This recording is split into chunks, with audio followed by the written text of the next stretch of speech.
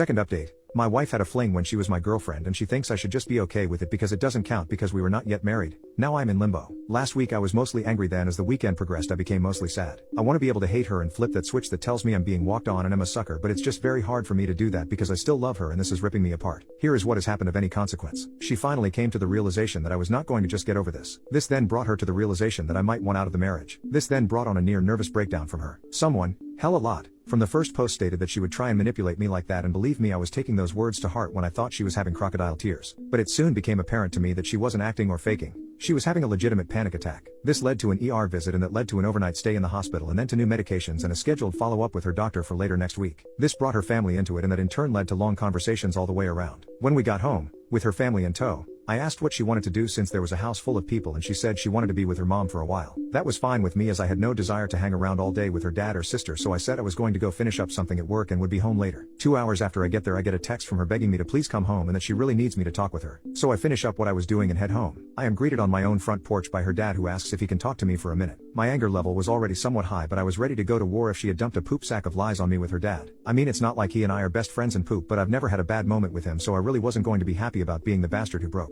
his baby's heart. We sat on our deck chairs and he effing floored me with his opening salvo. I was expecting to hear anything but what he said. He said that she told them what had happened and that he wanted to apologize to me because he said that he felt like he did a really crappy job as a parent and that this mindset that she had was really a creation of her mother's, and that while he loved both of them he said they were wrong, and he had told his wife years ago that telling the girls that whatever happens before marriage doesn't count was a horrible idea and value system to install in them. He then said that he wasn't there to stand up for what his daughter did, but he just wanted me to be aware that what she was saying and how she was acting was simply because she honestly believed that being married was an entirely different life and that they, mom and dad, had romanticized marriage to the point that she wasn't understanding real life. Basically, he was kind of throwing his wife under the bus, but again, this is not what I was expecting at all. We shook hands and he said that no matter what I decided he still thought very highly of me, which honestly made me feel really good for that moment. I then went inside and my wife is curled up in a ball on her mom's lap and you can tell she has been crying the entire time I've been gone. Mom gets up and comes and hugs me and tells me she is sorry and that she loves me and she is praying that we can work this out. My wife is laid out on the couch at this point. Her mom and dad leave and she sits there looking at me and crying. Okay, this is where I'm going to piss off everybody and just tell you that I couldn't take it. I went to her and we hugged for a long time with her telling me over and over how sorry she was. Hey, I know it was the weak thing to do, but again I have to say in my defense that just before this incident occurred I loved her with all of my heart and would have done anything to not see her in pain. Whatever she had done, I still didn't want to see her like that. Look, it's very possible that she was putting on an Oscar-worthy acting job, but I don't honestly think so. She really seemed broken at that point in time. After a while, when she calmed down, I asked her what she wanted me to come home and talk about, and she said she wanted to get everything out in the open so I didn't feel like I was being lied to or manipulated. So she wanted me to ask her questions, and I wish I had written down a list, but I came up with a few off the top of my head. She was brutally honest with me, and some of the questions I asked I probably shouldn't have because now the mental image is stuck in there, but honestly it was there anyway. I just now have confirmation.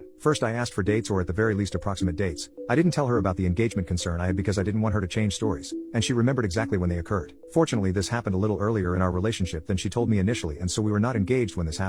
I can't tell you what a relief that was because I became physically ill when I thought about that when someone said it in my last post. Second, I asked how many times. She went overboard with this because instead of just telling me how many different dates, she decided to tell me how many times there was penetration. She wasn't doing it to be mean, she honestly thought that is what I wanted to know. This part of the conversation did not help me any at all and in fact almost broke me down. In truth, it wasn't that often, and in fact there were really only 3 different days it happened on, but there were several times during those 3 days. Then came the hard part. Why did she do it? Okay, again, I'm not the most manly of men and I am ashamed to admit this, but I couldn't get this out without starting to cry. I asked why wasn't I good enough? Why him? Why did she not just leave me? It was her turn to hold me because at this point everything came rushing at me. Her telling me having to watch them laugh with each other, her now telling me how many times they did it and where they did it. She talked during this, but to this moment I have no idea what she said. I was too upset and honestly nothing she was going to say was going to make a bit of difference anyway. But after I composed myself I simply told her that the betrayal was horrible, but honestly, her response to me when I found out was just as bad if not worse. She agreed with me and she apologized for calling me immature. She said that she honestly believed that it wouldn't matter to me now because we were married. When she said this my blood started to boil again. I started to say something about it, but she jumped in and said that after talking with her parents she now sees that this was very wrong of her and that cheating is cheating, but she still feels like our happiness that we have shared since being married should count for something. I then replied that I kind of felt like that happiness was built on a lie. This led to another breakdown on her part and almost another ER visit. But between Ativan and having her breath into a paper sack we got her calmed down. I let her sleep the rest of the night feeling like emotionally we were both tired, but come Sunday we were talking again. By this time I wasn't as sympathetic as I had been when we got home from the ER. I told her that I thought her introducing him to me was crappy. Me having to watch her dance with him was extra crappy, and the fact that she only told me because she was going to get caught was an elite level of crappy. Which then I demanded to know why did she think I would find out and how many of the effing people at the wedding knew besides me. Well, obviously the guy knew. But then his best friend in the world also knew. Did I mention that Effer is now my brother-in-law? Which then led to her sister finding out, and she was afraid her sister was going to be the one to tell me. I asked how often she sees this guy, and she said that the wedding is the first time she has seen him in 3 years. Then I lost my poop and asked her if she effed him during any of the lead up to the wedding. She got all pissy about it, acting like she wouldn't eff anyone because she was married, and I just lost my poop and had to leave for a while because once again I felt like she was living on Married Planet or some such poop. In the world there is a different place than for the rest of us. I finally got cooled off enough to come home and try and be civil about things. She finally asked me what she could do to help me get past all of this, which may not sound like much, but it was the first time she offered to help me really, so it was at least a nice gesture. I told her I wasn't sure what she could do or if there was anything either of us could do and that I may never get over this. She said that she wanted to help because she didn't want to see me in pain and that over the years she hopes I'll be able to judge her based on who she is now. She would do anything I wanted to work this out. She also wanted to be sure that I knew that she has been 100% faithful since we've been married and would never cheat on her vows. I sarcastically thanked her, which I admit wasn't the most mature thing to do. I then asked for a moratorium from further talks till at least Wednesday. I have 2 projects I have to get done and honestly, I'm just exhausted and know I have no effing clue what I want to do. I shift between periods of red hot anger where I want to kick her out and then periods of deep emotional turmoil where I want to just forget this and move forward with her. Yes, I know this is not what anyone wanted to hear, and no, I'm not proud to type it, but it is what it is at the moment.